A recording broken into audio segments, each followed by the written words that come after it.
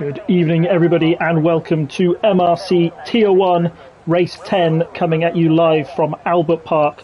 We've had an absolutely stonking race to start us off this evening with our Tier 2 drivers who managed to navigate some very tricky wet conditions. What lies in wait for our elite, the Tier 1 tonight? And I am joined by the most elite commentator that we have in this league. It's our very own Connor Hardy. Connor, how are you doing tonight? Wow, that was the nicest thing anyone's ever said. Yeah, I'm good. Looking forward to it, actually. Tier 1. I think it's the first time for both of us this season, so going to be very, very exciting. Yeah, this is the first time I've really got to see these guys race, and I'm always in awe when I get to see what they can do around this track. They just seem to find little bits of pace that I never can use all of the track, and so we're going to see every little trick in the book tonight. Of course, we're getting towards the business end of the season. We are in a place where we could see our champion crowned tonight. Goni is currently our championship leader and he leads by a number of points. If he wins and Chris Bailey, the man in second place, fails to finish 6th or higher, then we will be crowning the Ferrari man as our Season 10 champion. So an awful lot to look out for, but there's awful lots for other drivers to play for. It's been, I look at the results early, it's been quite an open league. We could have all these drivers are quick on their day, and I feel that anyone can get a podium at any time. Yeah, definitely. I think Kid can also still win it as well, but he needs verging on a miracle. So, but you never know, it's MRC, anything can happen. It is. I'm just going to see if I can find a good driver to spend a lap on. I was going to go with our leading car at the moment is Chris Bailey, but is on the mediums, so I'm going to stick on board with Jay Sarge, veteran driver, former two-time champion. I feel he won it a lot. 3-time, yeah, he's won it a lot of times back in the day. He said earlier that he's praying for the new game, and as we know, we've only got, after this, we've only got 2 more races, and then the actual game is out on the 16th of June, so different handling model, different skills, but for now, he's got to adapt to this race condition. So let's go on a lap of this Albert Park circuit. Pedal to the metal as you go down across that start-finish straight. Now, 1 and 2, really tricky. Your braking point is about 50. You hook it in on the right. You want to use all the curve on the left and some of the curve on the right, but don't invalidate your lap. And Jay Sarge has avoided doing that. You see that brake board on the left, heavy brake, then just hook it in right. You've used a lot of track, maybe gone a little bit too wide there. And it's all about throttle control through this section. So that flat out here, not quite. You've got to really send it. Now we're into the new revamped section. As he swings it around here, there used to be a little kink coming up, but they've taken that out, and now it's just pedal to the metal, flat out, all the way to the sweeping corners of 9 and 10. Sorry, 11 and 12 actually. This is where so much time can be won or gained and lost in the lap. It's so risk reward. Sarge seems to be taking it through very smoothly. Looks like that Red Bull was on rails there. Now this section's also been revamped, track widened a little bit. You want to hook it in, you really want to see if you can take more speed through there, up to 5th, up to 6th. If you're going to hang it in, you have to go down to 5th. And then here's a section where you can lose and gain so much time. You want to get on the throttle, you're desperate to, but if you're not running any traction control, it's so easy to lose the back end through those. You see Jay Sarge using all of the left-hand rumbles up there. He fires across, and he's across the line in 7th place. That's a 1:18.595. Nice banker lap for the Red Bull side. He actually invalidated. Ah, shame. Where did he invalidate to? Was it just right at the end? I'm not sure.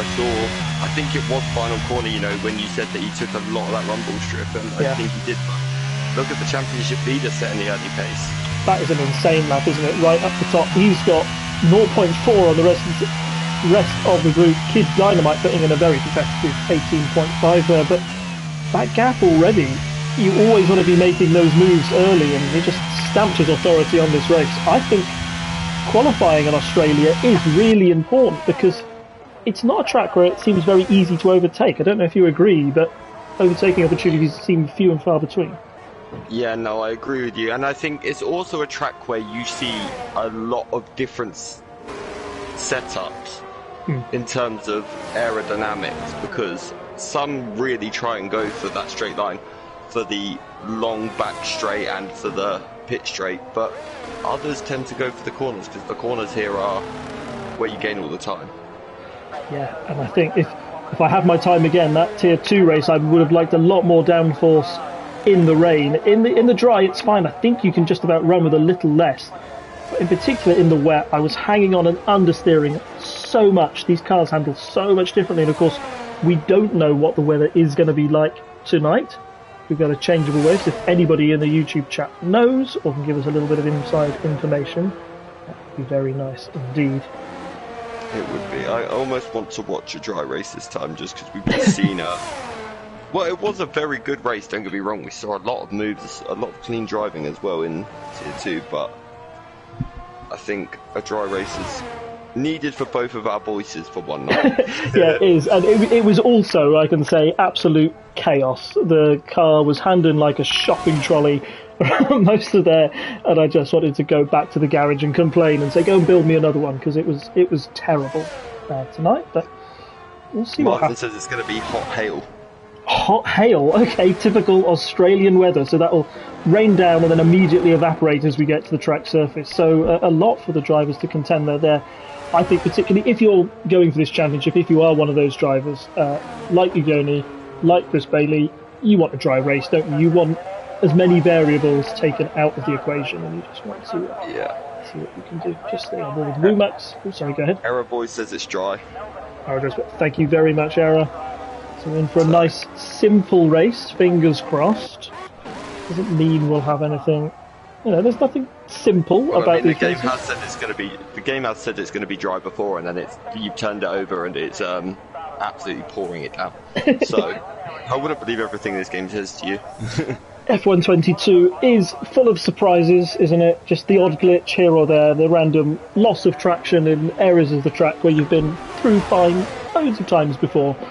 Yeah, it is.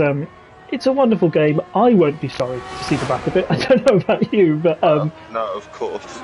But I think Anton may be either being very silly, or it might be showing him something different to what it's showing everyone else, because he's out on the inters. He is, yes. Either that or he's forgotten it's his tier. Yep, he's decided to go for a very odd strategy there. Maybe he wants to do a last to first challenge, but as I said, it's going to be a big challenge around these Albert Park circuits. Who I'm going to stay on board with at the moment is the championship leader, Ugoni, who, as we know, has everything to win or lose here tonight. Ferrari not doing so well in the real world. He'll want to make sure that he gets his strategy perfectly. Hey, we're all hey, look, I love Charles in particular. I think that he's been shafted with an odd car and an odder team this year. Worst strategist team. Yes. Let's see what Ugoni can do on a lap of this Albert Park circuit. The thing that amazes me about these Tier 1 drivers is where they find the extra second and a half that I can't find, and they do it looking so smooth as well. You can see that Ugoni's using every inch of the track. There is an Alfa Romeo in the way, has to go around that, but that won't turn him off too much. I don't know if you've raced against any of the Tier 1 guys, but where do you think their main strengths lie? Well, I did spend an entire MRCX race within a second of Chris Bailey at Austria this season. It was wet, but Chris just knows, well, not just Chris, but all those guys, they seem to just know different lines and know how to extract every single bit out of the track that maybe others wouldn't. But I reckon I could probably spend the next 60 years practicing and still... Oh, Johnny's spun! And that corner's all risk reward. He went purple in the middle up till then, but yeah, 11-12 is where it can all go wrong, either invalidating your lap or you can do exactly what he did there. So it's game on. Chris Bailey still on the mid. No, he's on the softs now. He has invalidated. I wonder how much fuel is left in the tank, or if he's got another one go round again, but might be getting quite nervy for Bailey now. He's in that Leeds United helmet. He doesn't want to be relegated to the second tier or into second place of this championship tonight. No, he definitely doesn't. I mean, he's been a bit greedy though, Chris. He's fighting for 2 titles in one season, because he's also the leader of the MRCX Elite Tier Championship. So. He is, and he's hungry for it, I can tell you that much. He is desperate to win these championships. I know he is. So much. Oh, SW. Oh, goodness me, that's a good 0.3 above our championship leader, Goni, and our former pole sitter. That shows that maybe the track is starting to rubber in a little bit. It doesn't look the sunniest out there, maybe very cold tyres. I'm going to stick on board with Bailey. Let's see if he can put in this sort of banker lapping. He's a banker lap in now, maybe he can just do one really big push at the end. Yeah, potentially. I mean, he's always very good with his one lap pace for sure. He's always right up there. His racecraft is just as good, so he'll be aiming for, I reckon, the top 4 positions here. Just keep him within touching distance. Yeah, I heard he is getting a bit panicky towards the end of the season. Brought in a new strategist, Big Sam Allardyce, took him away from leagues. A lot of money, but he's the man who needs to get you out of a jam. And fingers crossed, he's in his ear, talking about that long ball, that long throttle pedal. Hopefully he can bring the results tonight. If Mercedes in the way, it's going to have to get out of the way of Bailey. It does, his teammate. Very nicely done, lads. Maybe a little bit of toe down that main straight. Let's see how he negotiates this treacherous 11-12. Purple middle sector. Very nice through there. Look at how planted that Mercedes looks. Excellent qualifying lap here. And down to the last few corners. This is where it always gets so nervy. I think there's still a couple of chances to invalidate and traction out of these last few corners. This is always where I want to get on the loud pedal as much as possible. It can just go all wrong and you can spin the car. Bailey will be hoping that he keeps it together. Looks nice and tidy through the last sector. He's managed to not do what Sarge did invalidate, and he's going to be across the line with a 1:18.2. That's all 0.1 off Ugoni's pace and up into third. Excellent lap there from our second place driver and the Mercedes man tonight. Yeah, that puts him right on the back, and he's going to be able to get in and out one more time, so he's definitely going to get one more shot at Eugenie. Eugenie will get one more shot as well, so, well, don't rule SW out either. Don't rule anyone out, to be honest. If you look, the top, top 8-ish are all separated by just over a second, so with the track ramping up the way it is, this could get very interesting. We still got the man that is a 3-time champion on a hot lap right. Oh no, he's invalidated, J Sarge, so he needs to sort his stuff out and get back out there. He does. I'm just on board at the moment with Kid Dynamite, the other man who could take the Tier 1 title. But look at his results so far this year. They've been up and down, sort of wins peppered in with a couple of DNFs and outside of the top 10 finishes. But if there's one man I know who on his night is absolutely unbeatable, it is Kid. If anybody can do it and capitalise on the mistakes of those up top, it is that man. I must admit, I was so happy when he finally got his first Tier 1 championship. He'd waited around in the MRC wings for so long. The claims that he was too fast for our earlier seasons. He just would have wiped the floor with everyone. So when he was finally given his chance and got his championship, I was so happy. And maybe he can add another one to his tally if he gets a win. And there's a couple of trip-ups from the other man up and down the field. We look on board, he's just up on his first sector time, minus 0.037, so maybe not quite the gains that he was looking for, but we've seen a lot go purple in this middle sector. This track really... Sorry, go ahead. So much can be gained in this middle sector because it's all just commitment and one straight. He's not that, but he's actually lost a bit of time though. He's only very marginally up, and he's invalidated. Yeah, that's a shame. He has got enough time. If he goes off this lap now, that won't mean anything, but he can get in the garage and back out on a fresh set of rubber. If you get out of the garage with about 2.5 minutes here, you can put in quite a good time. So nothing to worry about yet. No panic. He will want to put in one fast lap right at the end of this race. Who else have we got on a quick one? Call me the Brave. Currently in 10th place in the AlphaTauri. He is. He's a man that's really stepped up his game last season. He was a man that was in Tier 2 last season and has really stepped it up a gear this year in Tier 1 and been competitive. That's what you always like to see. Are those who push themselves to get better? You know, when you go up a tier, you want to make sure that you're not sort of... You don't want to be the guy who's always coming 20th, 18th, a second off the pace, do you? Because it's just depressing and you think, oh no, I've gone up above my level. But Call Me the Brave has really shown tonight that he belongs up there with the best of them. Unfortunately, I don't think he's going to make any impression with that current lap time. He's down 1.7 seconds, so either he's going to have to go for another hot lap, ease off the ERS, or dash in the pits and go for a very, very late strategy to try and get these last laps in. I am going to stick on board, though, with... I'll tell you what, Eugenie's about to start his lap as well, so stick on board with him then. This could be it. How committed is he going to be? Obviously, we saw that mistake out of, I think it's turn 11 last time, didn't we? So, how hard is he going to push that car? How bad does he want the pole? Well, he does. He's got SJ, and Reese Whitcomb, by the way, moved up into second place. He didn't comment on that, so he only finds himself in third. Like we said, he needs the win if he really wants to put the pressure on Bailey. 25, 26 points makes so much difference, particularly when you think the gap to man in third will be about 10 points. You want to make everything for the win, and he's really not letting go. That's a purple first sector. That Ferrari looks quick, but now he'll be getting nervy as we come up to 11-12. This is where he made the mistake before. Is he going to ease off a little bit? Is he going to take the safer option, or does he think, no, I've got to push? That goes across his millimetres away from invalidating there. That was incredible. That really was. Sit together. I've got my eye in the top right-hand corner. 117.8 is the time to beat as he heads into this final sector. How much of the track he uses. Now it's all about getting on the throttle as quick as possible. See him using all that track at the outside. Down to the line, 115, 116, 117. It's crossed line with a 117.3. Blimey, that's wow. 0.5 seconds ahead of the nearest car. Incredible. Nearly a second. Incredible lap. Purple in the last sector, purple in the first sector. That is how it's done, and the pressure is right back on Chris Bailey.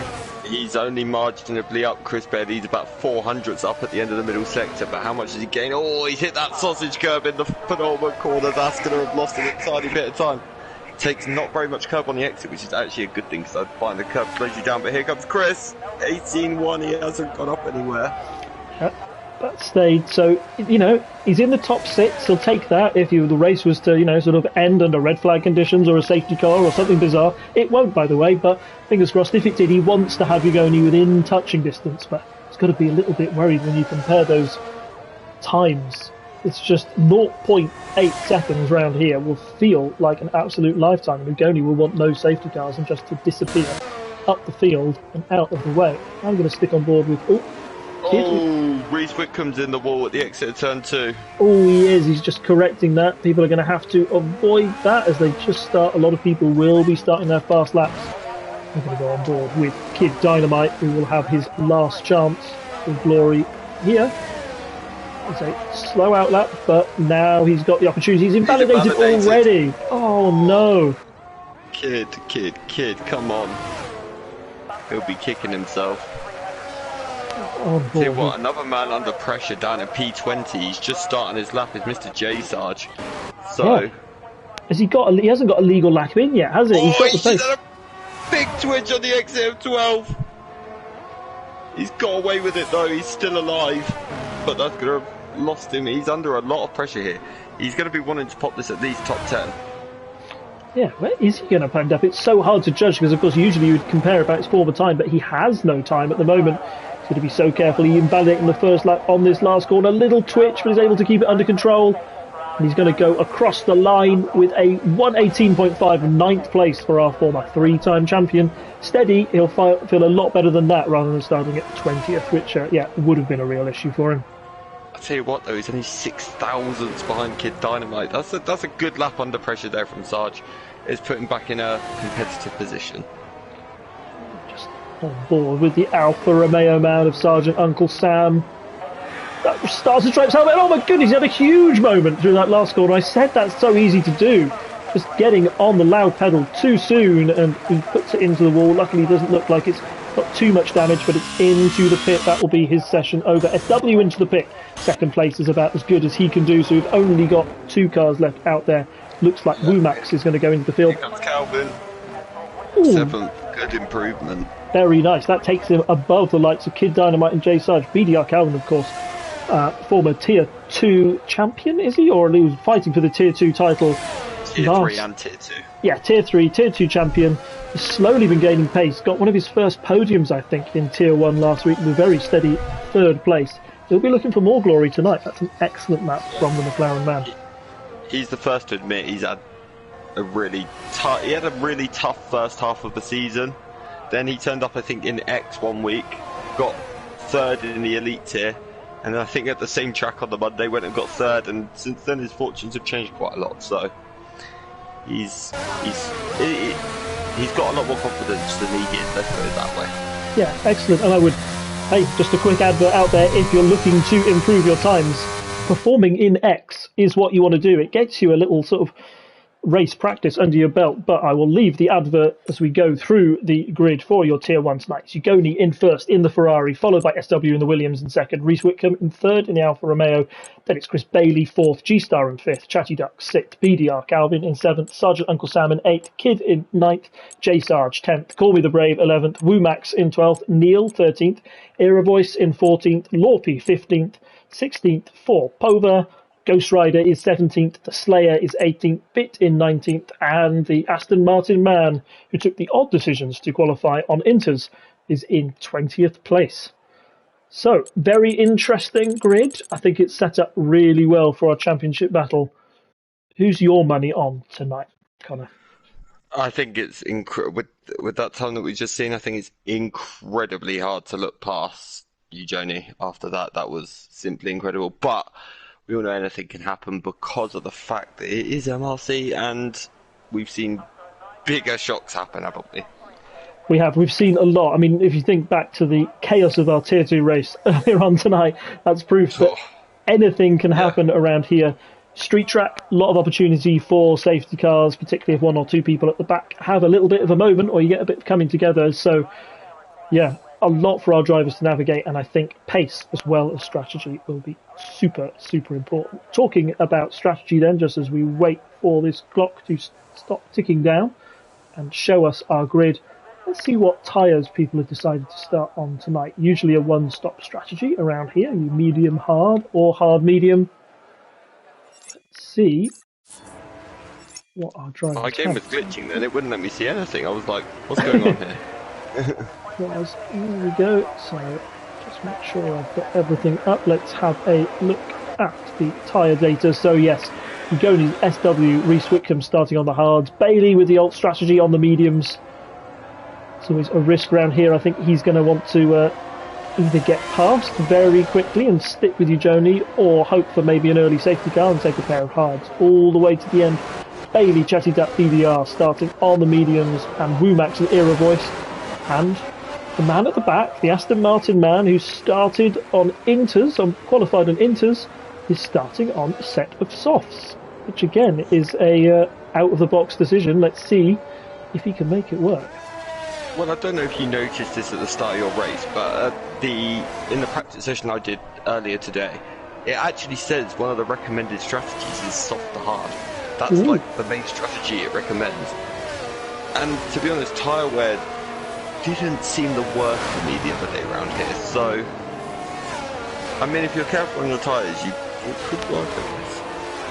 Yeah, I think there's, sometimes, as I know quite well, when you're not the quickest, you got to try something different. You got to try and go for an alt strategy, because if you just stick with the same strategy the people at the top do, you know you're going to lose. So, right, I'll roll the dice, hope for a safety car at an odd time, hope that I can get lots of positions and catch people out that way, and that's how you get some shock results, particularly with so much equal performance. Look at that W there, warming up his tyres in the background, really using all the game has to offer to get those rears lit up. Such a skill that as well. Oh, he's spun! He's spun. They'll be a little bit too warm now, so he'll have to find his way back to the grid. He's got some time on the grid to cool them down. That's the main thing. It's going to be an interesting start here, though, because SW is usually very, very good off the line. Obviously, we've seen the pace of Ugoni, but one thing I'm learning about MRC these days, also there's a Red Bull brand in the background, but the alternative strategy these days is actually to start on the mediums, because everyone starts on the hards these days. So. Yeah, you see, I disagree about that, and I will tell you why. As a McLaren decides it's going to go all the way around as well. We've got some very odd parking at the back here, but slowly as the drivers line up and the game decides to give me a camera angle of our first driver from a million miles away, I'm going to force to go to first person view so we can watch these lights go out. We've got 1 light, 2 lights, 3 lights, 4 lights, 5 lights. And it's go here at Albert Park as Ugoni gets a very nice exit. Let's see What's going to happen as we head down to the first corner? There they all are. The game's finally giving me the view. As Ugone's into the lead. We've got the Alfa Romeo up into second. Chris Bailey up into third. He'll love that. Chatty Duck into fourth. SW, the big loser there, as he's battling there all the way at the back with BDR Calvin as well, getting a massive tow from the Williams man in front. They head down into turn number 3. There's a lot of cars going too wide. We've got an Alfa Romeo down in the background as BDR hangs in the background. We've got an Alpine round as well. Round, yeah. It's Kid Dynamite. Oh no, that's just the thing he didn't want to happen. As we said, he had to have a perfect race, and instead it's all gone wrong at turn number 3 and 4. He'll have a lot to battle his way back from the back, but it's Ugoni who's starting to make a move up the front. He's pacing that away from Reese Whitcomb, 0.7 gap. A real fight at the moment is between this two-pack of Williams, SW and Chetty Duck, and a very racy McLaren. SW on the hards, those two Williams on the mediums, and they will be desperate to get past. Remember, we haven't got any DRS until 2 laps in, so I'll have to spend maybe a little bit of ERS or be a bit more patient if they want to make that move. Yeah, I'll tell you what though, I don't know if you saw the start, but SW got really, really bogged down on those hard tyres. He had a terrible getaway off the line, but luckily he hasn't dropped too many positions. His struggle, we did see him spin, didn't we? And we wondered if he'd have to make those tyres maybe cool down a little bit. Just on board with Chatty Duck here is all up the chuck of this Williams man. Didn't know if we were going to see maybe a little bit of teamsmanship, maybe let the medium runner go past the hards. Already? That's going to be painful for him. It is a track, we haven't really talked about it much, but we saw him invalidate a lot during qualifying. It's another one of those circuits where you just put one tyre over the wrong bit of white line and the game will punish you a lot. Don't be surprised if you see more people gather penalties like that. There's the pit stop graphic coming up at the moment. The game suggesting medium hard or medium hard. So, and on those softs, going for a slightly alternative strategy, but as you said, it can work around here. As the field really starts to spread out, we're seeing a bit of a gap, and it's Chris Bailey who's already made the move on Reese Wickham. That was insane. Didn't see that happen, but must have been just before turns 11, 12. Maybe he's going for a slightly skinnier setup, or maybe those mediums are just fired up a little bit more. Maybe this guy is fired up more than those drivers behind him, because he's on a man on a mission at the moment. He used a little bit of ERS, he sort of went to the inside, and luckily Reese saw him there, and that was it. Then Reese just sort of thought, I'm not fighting this, because this could end in tears for the both of us. Yeah, last thing you want to do is do anything like go too wide through those last corners. Chris Bailey puts in the fastest lap of the race. Makes sense on those mediums. Now, with DRS available, he's going to want to hang on to that Ferrari man and just remind him that he's there, saying you might be in the lead for now, but I'm not going anywhere. I'm going to take this championship as deep as I can. Who else have we got? We've got a few good battles. Sarge's, I mean, the top 6 are all very much together. Sarge is a bit of an outlier here. He's dropped back a little bit. And then everyone down to sort of Neil is sort of with just outside DRS of each other. And then you've got a fairly big bunch again after that. So very well behaved. I'm just on board with Chris Bailey at the moment. I wonder if he was going to try another sort of kamikaze move as he did on Reese Wickham. He's not, but look at how close he is to that Ferrari man now. And now, of course, he will have DRS available.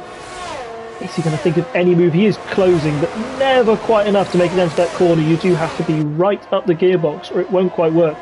He might be up the gearbox here. Look at how he's squirming around. That Ferrari doesn't look very quick at all. I think we're going to see the second place man make a move for first place in this race. He heads down to the first corner. The issue with Chris is he needs to get it done because he's on the mediums, but he has a look and he is through. Oh, he went a bit deep though in 2, didn't he? He did, and that's going to mean that the Ferrari man's going to have the run on him again. Look, as he takes to the outside line, he's thinking about it. Bailey just shuts the door, and it's actually the Alfa Romeo behind. Oh, yeah. That was squeaky. It was a late move, but the door sort of was left half ajar by the Ferrari, so he saw his chance and then backed out at the right time. But what it's done is look at this sort of train of cars now. Oh gosh. Safety car it's for Slayer. No, it's not Slayer. Wait, hold on. Yeah, it is. Slayer's got no front wing. It is. Out comes the safety car, neutralises the field once more. Gosh, that was getting really tasty up the top there. I thought anyone from about 1 to 6, you could throw a blanket over them and, they could try and get any moves done. Again, I think you're going to see Anton in here, personally, and I don't know if the medium runners should come in. It's going to be, like I said, Taiwan's not the worst here. Yeah, but can you do 25 laps on the hard? I mean, you are getting that free pit stop under the safety car, but it only sort of takes... If you pit now, if you're Chris Bailey, you're going right to the back of the grid, aren't you? And then you've got to hope that there's no other safety cars in the way to make it work. Jonas sort of faked to go into the pit lane. It looked like he was trying to tease Reese Whitcomb into there a little bit there. Oh, Chatty ducked him though. He's gone off the mediums. So if he can go to the end, he's absolutely laughing. Let's see what ring tyre he's going on. Yes, that's the white ring, so he's going to be hard right to the end. That's what everybody wants on a Monday night. Very surprised that Anton hasn't come in though.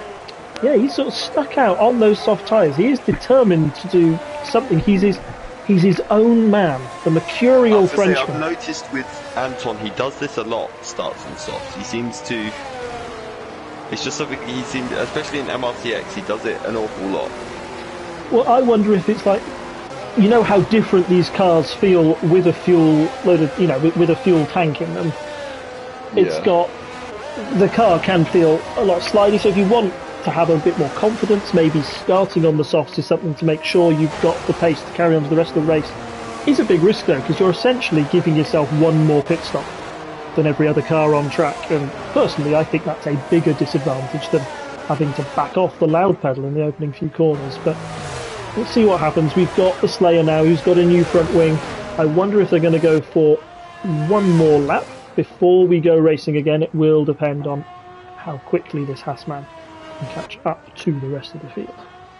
Yeah, 100%. I mean, Chris needs to hope he can bolt away a little bit here on those mediums, because it could end up hurting him. He could do with another safety car in the next few laps. That's what Chris could do, and then he can actually gain by putting on the hards. Whereas if the guys on hards pit, they're not getting to the end on mediums at this stage, are they? So yes. But Chatty Duck, it's going to be interesting to see his progress now going forward.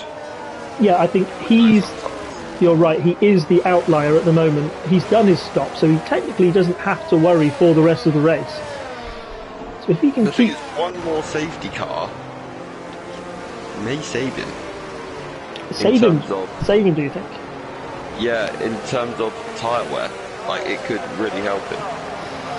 Right. Oh, well, yes, no, I see what you mean, but, it will gain track positions, but then he's got to worry about those who are on maybe a fresh pair of mediums and him defending on a pair of 20-lap-old hards, which is horribly around. Melbourne's an interesting track, as I said, as we had in the wet before. You realise when you're doing this track in the dry, it feels like you've got your foot to the floor a lot, because there's a lot of, you feel like there's a lot of straights, but actually they're sort of all straights with a kink on them, and if you don't have the right traction, you can lose so much more time if you don't have the right tyres on. So yeah, it's interesting setup. Controversially for me though, I think obviously we have 3 DRS zones here. I think the best of the overtaking zones though comes at turn 3, in my opinion, because it's the one that's heaviest braking, and it's very easy to set yourself up out of 2 into 3 on the run down. I agree. You've got to be patient though, haven't you? Sort of like go through 1 and 2, don't cut it too much, make sure you don't, it's not invalidate your lap, you don't want to pick up enough that you get 3-second penalty, and it's all about guts down into 3 and 4. I think I've recommended that you sort of want to go round up on the inside of turn 3, because it gives you the run through the next series of corners. You've got the outside, and then hopefully you can get ahead before you get to the inside. That section there I always find is very, very technical. It's all about throttle control. Fingers crossed now. We haven't had the call yet. I'm waiting for it. Will we see the safety car come in this lap? There it is. Yes, we are. It's very late though. Yeah. I wonder when Chris is going to go with this. Stick on board. He's just warming up his tyres, controlling the pace of the field. He's warming. The Ferrari man just staying straight. Johnny looks like a menace next to him though, doesn't he? Johnny looks ready for this.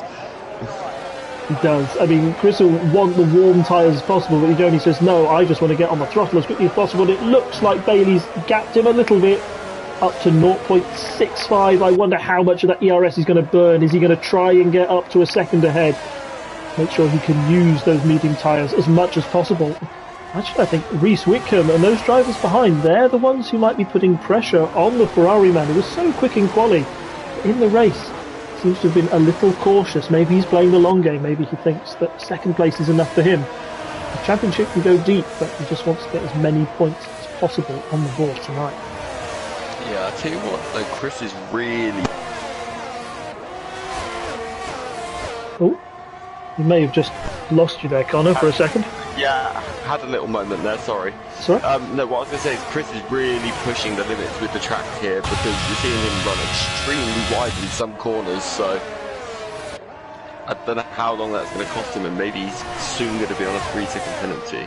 Yeah, I mean, sometimes it's things are going to go back the field. Lorby and Kid Dynamite are deciding they want to have a little scrap between turns 11 and 12, and Lorby had to get out of that one or fear to lose the car, and he's gone back down into 14th place, so all risk but no reward for the Haas driver there. As you were saying, look at the gap that Chris Bailey has pulled out up front, up to a second now, and crucially that will be out of the DRS zone, which will activate, well, not this lap, but the next. He wants to make the most of that tyre, and maybe you're going to be starting to think, oh, am I going to have to put my foot down and try and battle him, or do I let Chris escape up the road, because there's going to be no one else there to stop him. What else are our battles up and down the field now? Yeah. It's starting to heat up a little bit now. Jay Sarge seems to be really on it on this restart. He's really pressuring the rear end of Calvin here. Yeah, whatever happened at the maybe he had a little moment and that just lost him a little bit. Look, he seems to take an entirely different line now. He's lost the rear end, and that's put him right in the path of G-Star Snipes, who already, I tried to go back to him, but he's already made the move, so a little loss under traction there is Jay Sarge. He's all up the gearbox. Is he going to go for a move into 11-12? We've seen some people try it before, but it's not very well recommended. He's not, but now he's going to have... Is he going to have ERS? No, it hasn't been activated yet, so he's going to have to spend some of his ERS if he wants to get past. That was a really opportunist move from the Dutchman, who finds him up in sixth, and Jay Sarge, as we were saying, was doing so well. All of a sudden, he finds himself back down in 7th. Right, it was just the comment about striking again. I'm not allowed to talk about drivers anymore, apparently. I've been banned by many people. But I just thought I'd treat Tier 1 to it today.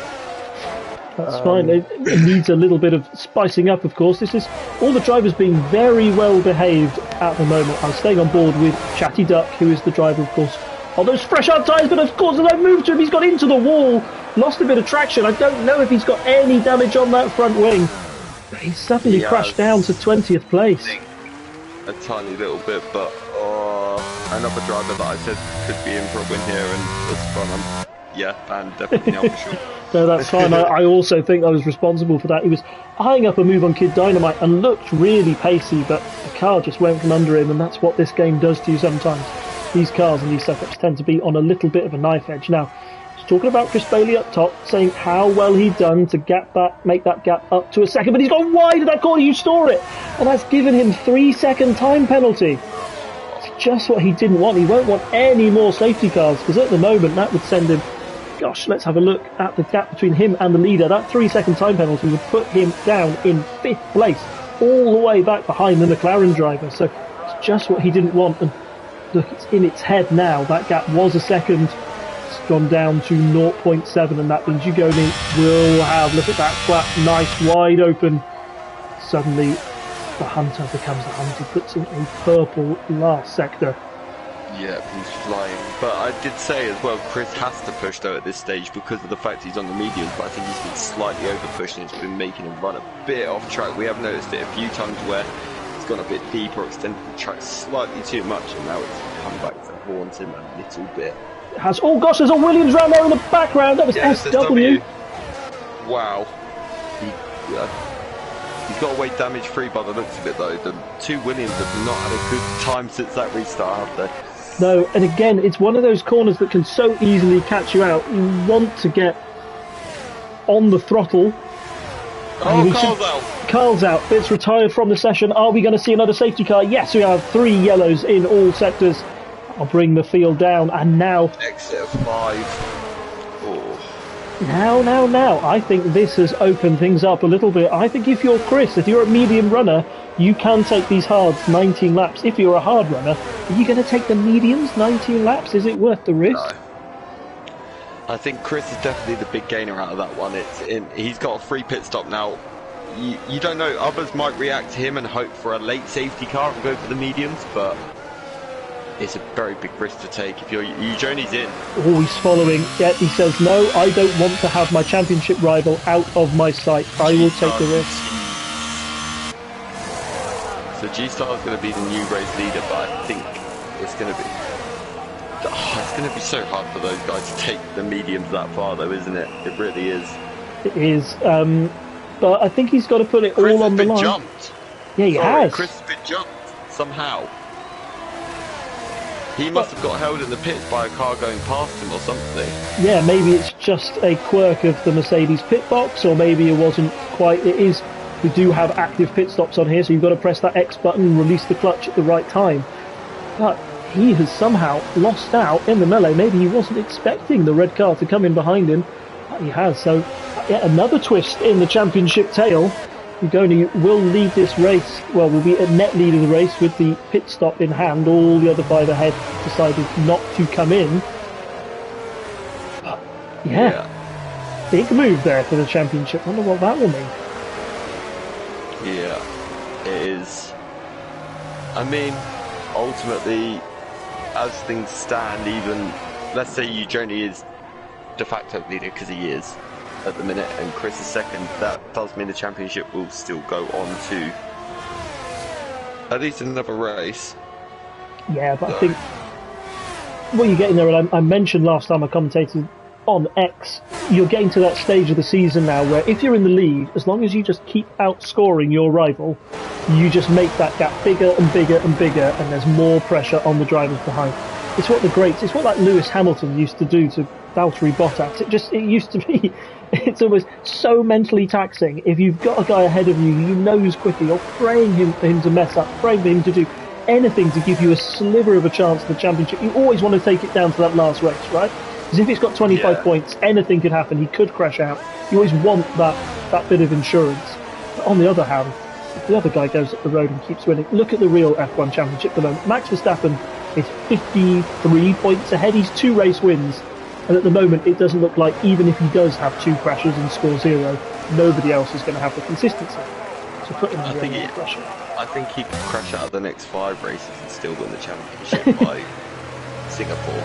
It is insane, isn't it? That Red Bull is speedy, and the type of race he had at Spain on Sunday, I think that was the type of race Ugoni was hoping for, just sort of out the front, no safety cars, no trouble, but that isn't what we've had tonight. 2 of them really shaking up this pack, a variety of strategies, some hard runners deciding to stay out. I think it's a good move for Kidd as well. I think Kidd had to take the risk to stay out on the hards, depending on where he was after lap 1 down in P20. Now he's up in P5, I'd say that represents quite a good gain for him. If something else manic happens with a safety car later in the day, he could win big. And crucially, well, if there's another safety car in about 8 laps time or so, these guys probably would be brought back into play a little bit as well, bearing in mind they'd have brand new tyres, be on softs most likely as well. Really bring those guys back into play.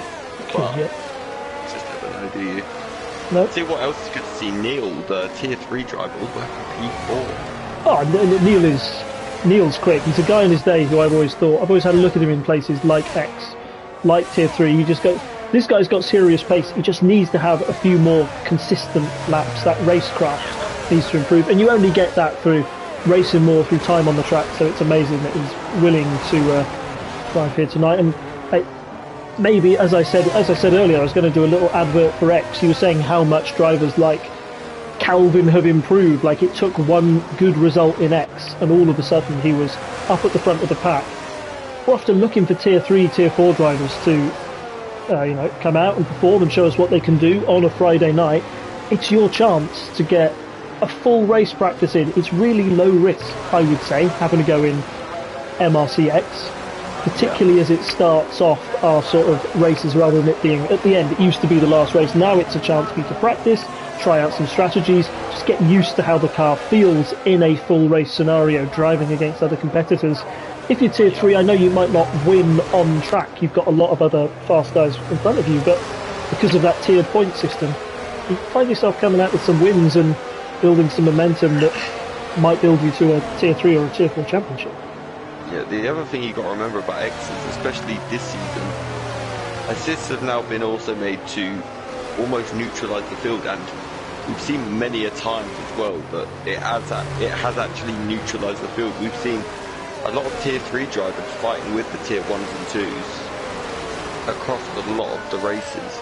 So, and also the other thing about X is, like, okay, the tiered races are 50%, but a lot of them you're doing almost double distance, so you're doing almost 2 race distances in practice for your tiered race that next week. I always used to, this is a long time ago, this is when I actually had some pace, but when I was practicing a lot on games like F120, F121, I used to try and do a 100% race if I could before my race on a Monday, because my logic there was, well, if I can keep it clean and avoid penalties for that entire 100 distance race, then when it comes to the real thing, I've only got to do half of that.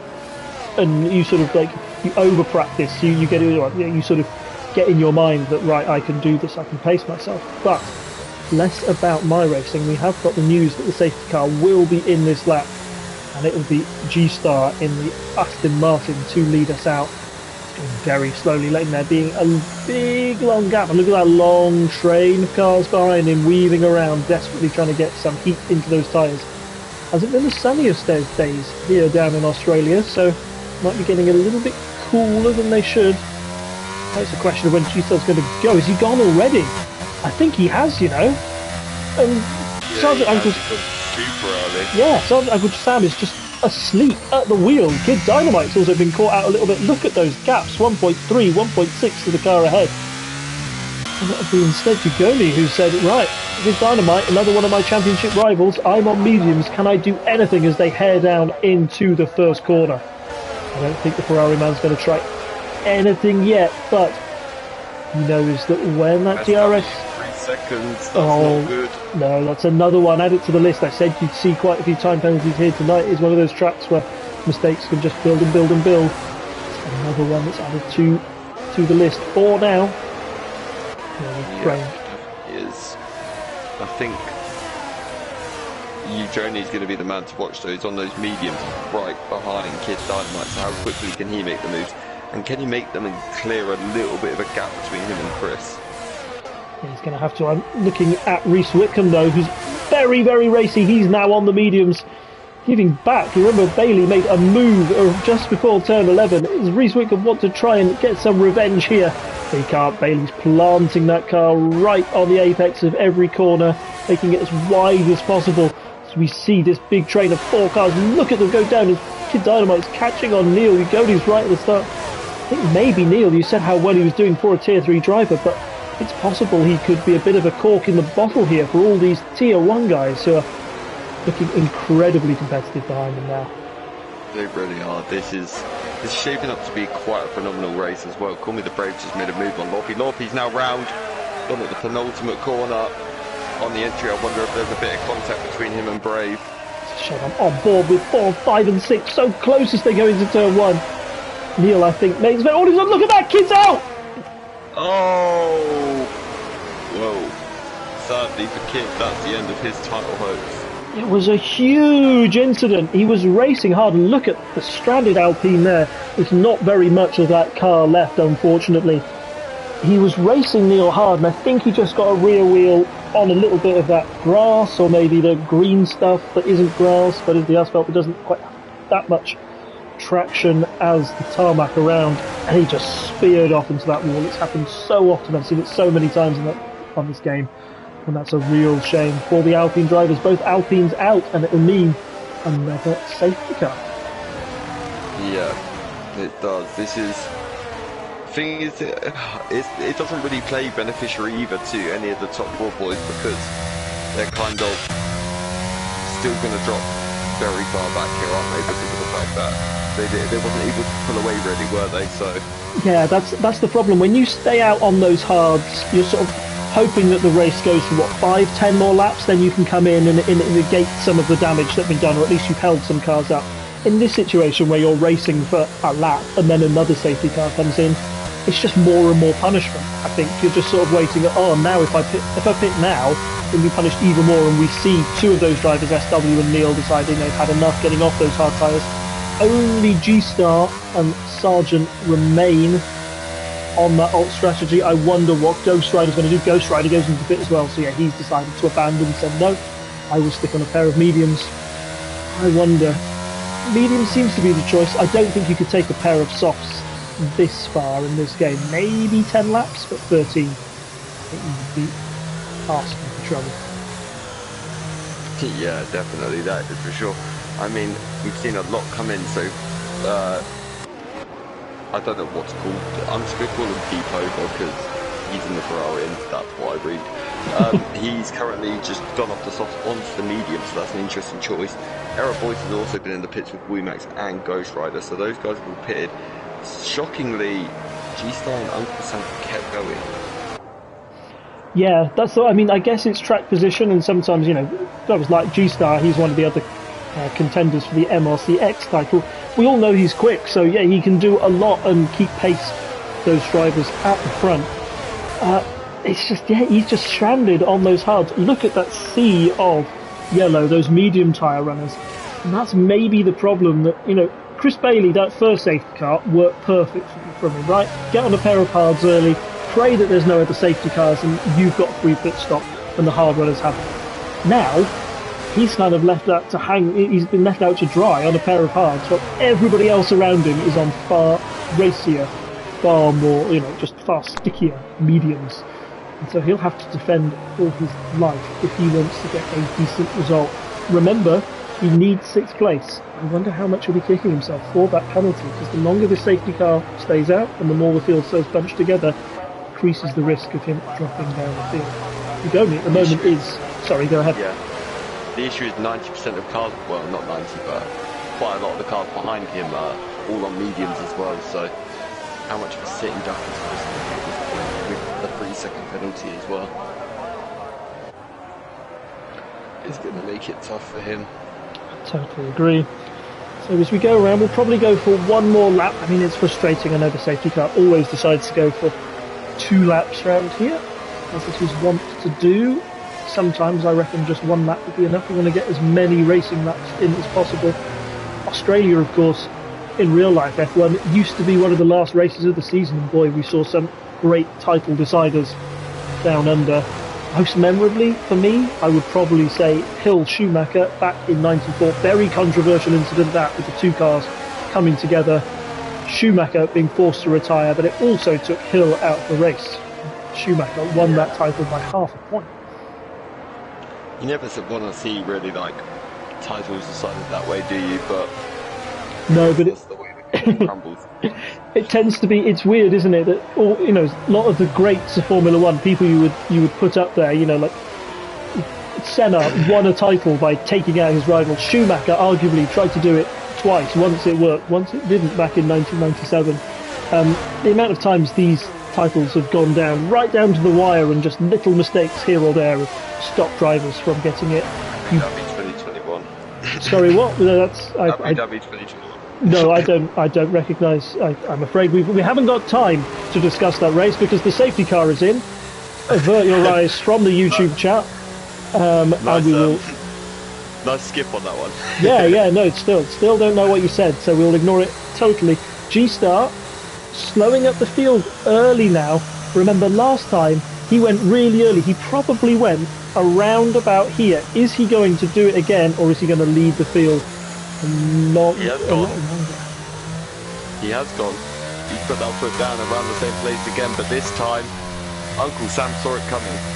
Yeah, I think Uncle Sam was far more awake and said, oh, he realised you can go. He lets the safety car go so much further, so it does give him that space.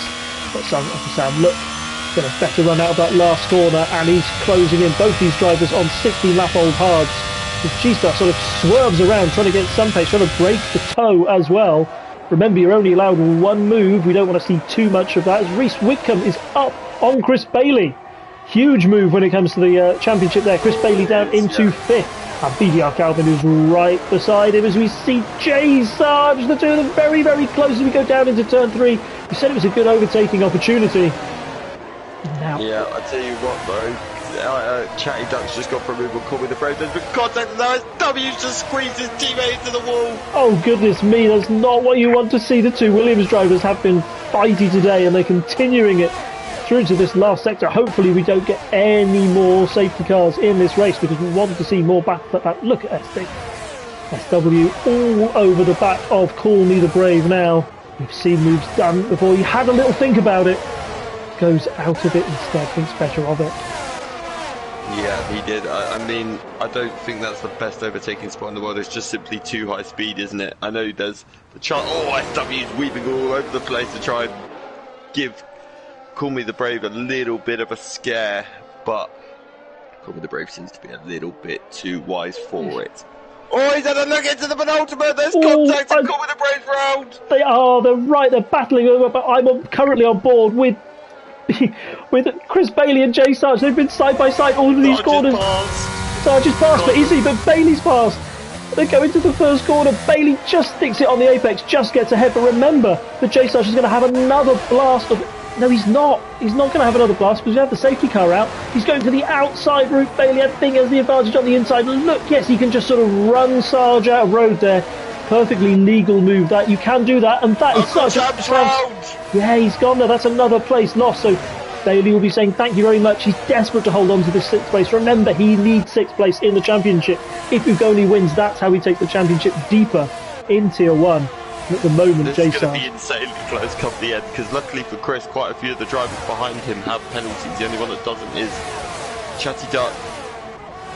Yeah, but I think ultimately he needs to defend. All these guys have got mediums behind him, so just have a look. Yeah, the penalties all just standing at 3 there. So yeah, Chris Bailey can't really afford to make any more mistakes. He's on board with Ugoni and G-Star, but G-Star is on those hards. They're so old now, and Ugoni says, no, I need to get past you now. I can't have you holding me up.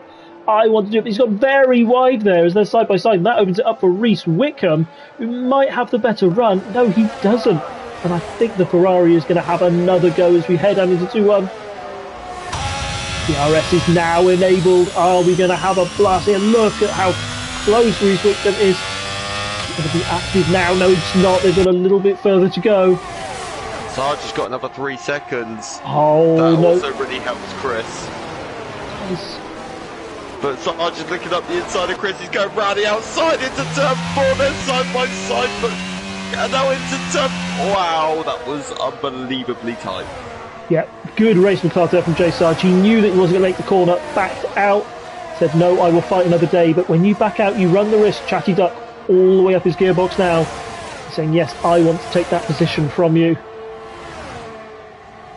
Bailey's having to defend like a demon here, and all the while that red light flashing, suggesting that he's using up so much ERS to try and stay in that battle. He doesn't want to get a second away from that Mercedes in front. BDR Calvin, who's really comes to the fore. He's on the same whole tyre, so he wants to stick with that Mercedes man. As I stay on board with Ugoni and Reese Whitcomb. Look at this up the top. We said Ugoni was trying to get into first place. The lead. Well, the net lead anyway. The net lead. Yes. Oh, but now Reese is looking around the outside into the penultimate corner. These guys are all having a titanic scrap. G-Star's going to go on to softs, I think, after this as well, because he's taken those hards a long, long way, but he's going to drop way down the order, sadly, for him. I think there's been a moment for SW. No, they're side by side for 2 Williams. They're all good, both alive, so. He didn't quite get, he was sort of compromised the car in front, and that means that BDR Calvin now saw an opportunity. These top drivers, they are all sort of within half a second of each other, all scrubbing around. Yeah. Look at this big trait. I think G-Star is really holding these drivers back. They just want to get past. He's parking on the apex. He doesn't. Look at this run Reese has got. What's G-Star? Stick on board. Look at the toe get along. Remember, G-Star can make one move. That's his one move. He's got to keep it there on the inside. Is Reese going to go for the move around the outside of his squad? G-Star seems to pull out of that, and it's Reese Whitcomb up into the lead of this race.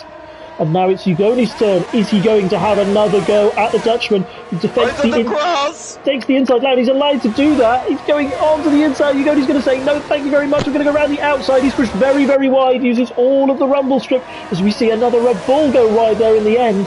And then Reese Wick comes round. He was in the lead of the race, but he's thrown it away.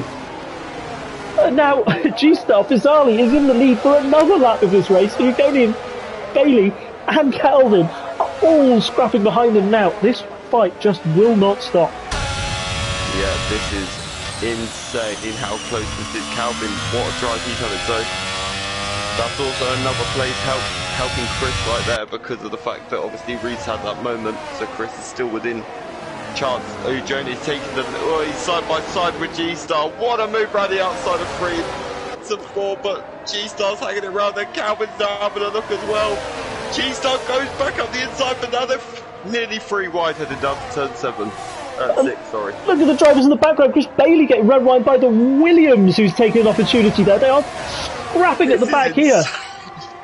It's all got tangled up. There's 3 wide, I think, as we go into 11-12.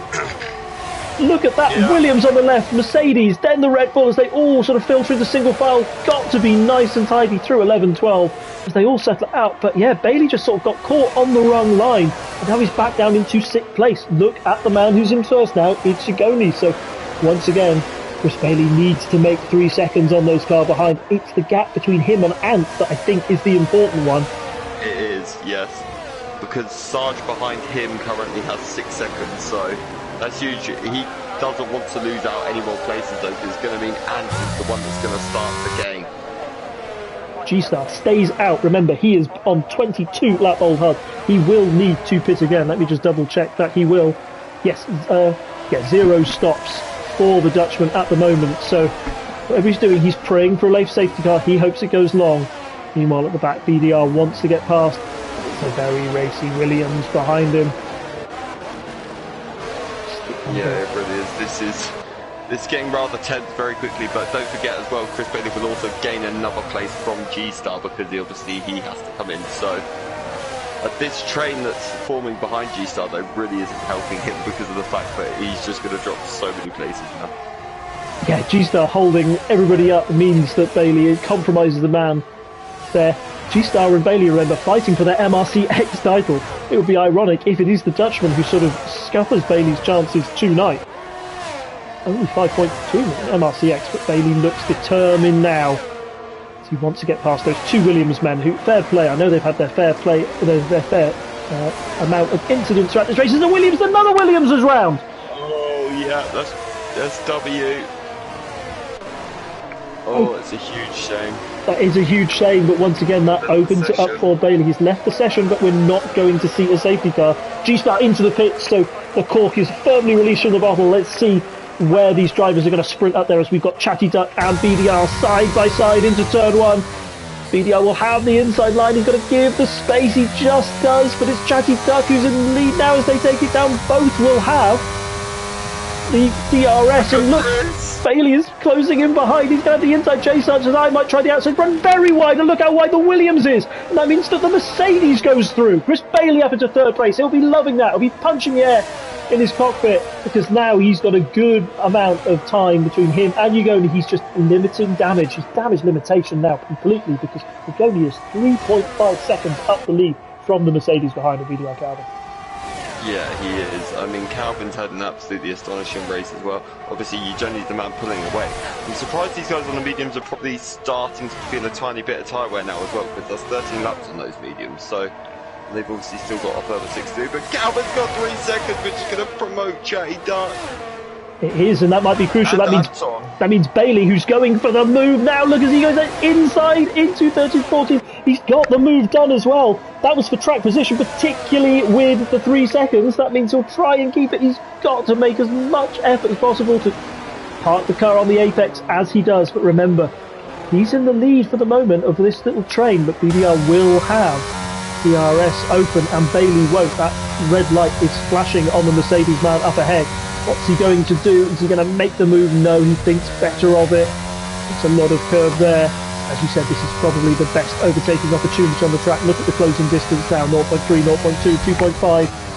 not quite the door Also opening seen there. some massive crashes over the years into that corner, haven't we? Like, for example, Alonso Gutierrez, I think, was that corner, wasn't it? It was huge, yeah, one of the scariest ones I've seen. I think Alonso said at the time that he just wanted to get out of the car to let his family know that he was okay, but it was kept him out, and we saw the rise and fall of Stoffel Van Dorn as he stepped into the Mercedes man's seat. Jay Sarge, getting back on the attack now. Said he lost a bit of time right at the start of the race, but now on those mediums he's looking incredibly pacey, not wanting to let that Williams man escape too far. The saving grace for Chatty Duck here is that he has no penalties. That will see him promoted up the field, up above Chris Bailey. As I go for the gap for the leader, I'm trying to work out what it will be for Chris Bailey, where he needs to be at 3. At the moment, with the time penalty applied, he would have, that would go down to 8 seconds. At the moment, Reese Wickham, with no penalties, and on no penalties, could hop over Bailey. So there's still an awful lot. Bailey to around about 5th place, isn't it, ish? So, yeah. No, sorry, 4th place. But, I mean, Calvin's not really applying the most pressure, so I'm wondering if Calvin may be suffering a little bit somewhere here or something, but Chatty Duck is the man that's racy and the man that's going to be attacking these guys the hardest. Yeah, well, we did wonder how far these mediums could go. As they get into sort of 15-lap territory, you are pushing them right to maybe the brink or the end of their tyre life. They have had a couple of sessions under the safety car, which will have helped the course, but yeah, compared to the person who's on the better tyre, I think it's Bailey who, having a look at the sort of chunks he's taking at the lead, it was up about 5 seconds. I think Chris Bailey was keeping that fairly steady on the hard tyre, which makes me think that that difference has evened out somewhat. Yeah. Too much in it. It's going to be very, very tight now between the towards the end, because Reese is obviously joining this pack. Luckily for Chris, though, Ghost Rider's quite a way off it, so Chris could see his championship bow at least go for another week, so that's just exciting for him. But now look at Chatty Duck, right on the chop of Calvin. He is, and Calvin is barely within DRS range. He's just going to get a burst that might save him. As he goes ahead. Might do. He's got the DRS as well, so it's kind of just... It's almost beneficial here as well for Chris to kind of keep Calvin there, because it protects him from Chatty Duck and potentially a faster driver coming up to the back of him and losing him more time. Ooh, they got very close there, down into 3-4. Jay Sarge almost going into the back of the Williams man, and there might have even been contact. Calvin does seem to be, maybe, I don't know if he's braking or just there's that concertina effect. As you're in these trains, you're going to brake a little bit earlier than you think you do. Chris Bailey with another 3-second time penalty. Huge. Oh my goodness me, let's get that penalties up. 6 seconds now for the Mercedes man. He may still get 6th though. He may still get 6th because of Jay Sarge's 6 seconds. So he may hold on to 6th just about. Oh, that's just what he didn't want. It's going to take either some titanic laps here or other drivers around him getting penalties if he has any hope of keeping this championship alive. The pressure. He just needs to hope no more come or something, because right now he's going to be 6th, which means it will keep on for another day just about. Yeah, but he's going to have 2 perfect races, and you're going to have absolute nightmares as we come into the rest of the field. Chatty Duck all the way over the back of BTR Calvin. That red light is flashing. It's been flashing for laps and laps now, and I wonder how much juice that Williams also running out of juice, it appears.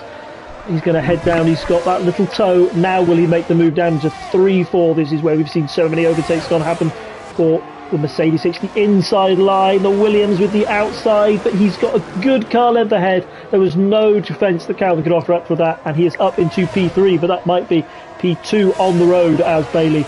There's a sizable gap. It's 2.3 seconds, but as we all know, Bailey has that 6-second time penalty. I'm going to leave that time penalty up on screen because it is going to be so important. The tyres less so. Yeah, definitely. That is for sure. This is getting closer and closer by the second now, because you see Chris is going to be hit heart and mouth, but he has pulled a little gap from Chatty Duck here, so him and Calvin fighting has actually saved Chris Bailey's life a little bit here. Is. I'm also just going to go on board with the Aston Martin man, and we all sort of laughed at him, said he was mad, said, what are you doing starting on a pair of softs, mate? Look where he is now. He's in 6th, and looking incredibly competitive to those in front of him. I think he might get possible. You know, I know there's the 2 drivers ahead on time penalties, so he doesn't need to get past them. There's a big moment there, a big twitch, and that's going to open it up for Ant, who might get a better run out of that corner. No, he kind of has to cede the place because, yeah, there wasn't the angle for him to get past.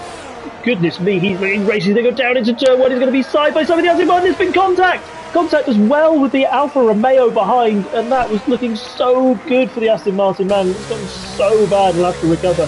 Down in 7th place, now 8th. I wonder if there is any damage to that green car. Look like might be damage to Reese Whitcomb as well. Anton's got no visible damage. Reese has an end plate missing, so this is good news for Chris. His title fight's going on for another day, isn't it? But yeah, it is. That might have. Shame to have such a Titanic scrap end the way it did there. It did. That sort of, so with the 6 seconds, he won't fall below J Sarge, but that does give him enough. That means he's going to be ahead of Reese Whitcomb because there's about the 11-second mark need to be. So at the moment, Chris Bailey, despite those sort of 2 errors, that 6 seconds that he's got, he will still be alive in this championship just. But it's the Ferrari man now. Going to stay on board with him. Lap 29 of 29. It's been a flawless race, really. Pole position and across the line in 1st place. That's exactly the result he wanted. Chris Bailey will come across the line on the road in 2nd, but he's going to fall down a little bit as Carl's behind. Can't take it in. Oh no, Chatty Duck got 3, and that wasn't enough. Chatty Duck in 3rd. Yeah, wow. Just about. Look at the time. The interval between those. Chatty Duck, 3rd place by 0.038 seconds. Yeah. So all thinking the worst for Bailey, but in the end he comes out with minimising the damage, a bit of damage control. So we go on to the next race, which I think is in Brazil. Am I right? Brazil and Silverstone? Oh, Silverstone and Brazil. Yeah.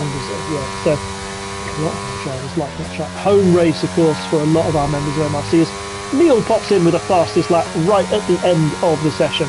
Here are our drivers moving on to the soft tyres. As we wait for our last driver, the other Ferrari, a sort of Ferrari sandwich for the grid, as Pogo comes across the line in 17th place. Yeah, that was an insanely good race. It was. A lot of tier 3 drivers have done themselves out here at Neil and Ghost Rider actually scored points as well. Yeah, incredible race. The game gave driver of the day to Ant, who I think was on it until he had that last little incident. Have you got anybody who you choose for driver of the day? I will just see the standings when they pop up because that will give me a little bit of an indication. I think it's hard to look past you, Journey, but he's a bit of a boring one to go with kind of because it was fairly comfortable. I think, do you know what? I'm actually going to look potentially here at Anton because 20th to 8th is a good drive, but I think maybe shout out to Calvin as well. I thought he drove fantastic. And maybe Chatty Duck actually, he had that really early, I'm going to go Chatty Duck. He had that really early moment, dropped him down, got all the way back to P6 to P3, so Chatty Duck. Yeah, I think that's a good shout. Like you say, a lot of good drives up and down the field, but let's take you through the official classification for this Australian race. Ujoni is our race leader and race winner, championship leader as well, 1st place in the Ferrari. It's Chris Bailey who somehow rescued a 2nd place out of that. I think he will be absolutely delighted and so relieved at his P2 as it stands. Chatty Duck in 3rd, of course, our driver of the day. BDR Calvin in 4th, excellent drive from him. More consistent results. Reese Whitcomb down in 5th, Jay Sarge in 6th place, Woomax in 7th, and in 8th. A bit unlucky there to finish as low down as he did, just a little incident at the end, but up from 20th place. Excellent drive from him. Ghost Rider, as you said, the tier 3 driver, finishing up in P9, G-Star in 10th. Had the race for a long time, but finished up just in the points. Then we've got our service outside the points. Hero Boys, Call Me the Brave, Lawpy, Sergeant Sam, The Slayer, Neil, Pova, and SW. Then we've got our 2 DNFs, both Alpines, Kid Dynamite, and Bit. Catch my breath as the race decides to kick me out just in time as I get through those results. It's been lovely having you with me, Connor. Thank you as always for keeping always me company. A pleasure, mate. Yeah, no, thank you very much. Great fun and great driving as well from everyone. Awesome. Thank you very much. I hope you've enjoyed the show and that you tune in next week. I think that has the potential to be another championship decider. So do not miss it. From us and the rest of the crew of MRC, take care and we'll see you next week. Bye. See you later.